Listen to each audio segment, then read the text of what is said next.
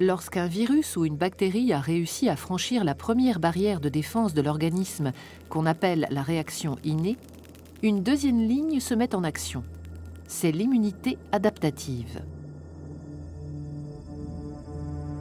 Ce deuxième bouclier protecteur fait appel à des globules blancs spécifiques aux vertébrés, les lymphocytes. Les lymphocytes sont des cellules très spécialisées capables de s'opposer à un antigène agresseur et un seul. Il y a en principe dans notre corps autant de types de lymphocytes que de types d'antigènes.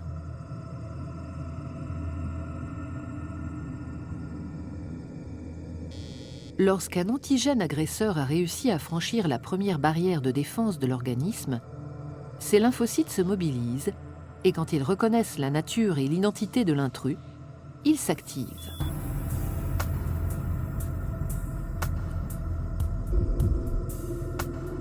Mais d'autres agents infectieux peuvent agir en demeurant à l'extérieur des cellules. C'est le cas du tétanos et du choléra.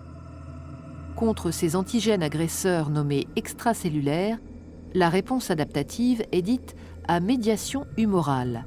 Et là, le scénario se déroule d'une toute autre manière.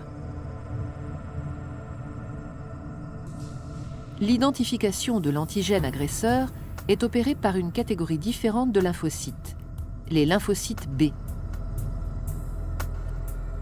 Dès qu'ils ont identifié leur antigène, les lymphocytes B sont stimulés. Recevant à distance des cytokines, les messages chimiques émis par les lymphocytes T4 helper déjà en alerte, ils se multiplient par mitose. Une partie est encore une fois stockée comme LB mémoire. Les autres clones se transforment en plasmocytes anti-antigènes. Ils produisent alors des anticorps circulants, spécifiquement dirigés contre l'antigène concerné. Ces anticorps circulants sont sécrétés en grande quantité dans le plasma, à raison de 2000 à 5000 à la seconde. Dès qu'ils rencontrent l'antigène agresseur, ils se lient à lui en nombre et forment une sorte de filet qui le neutralise.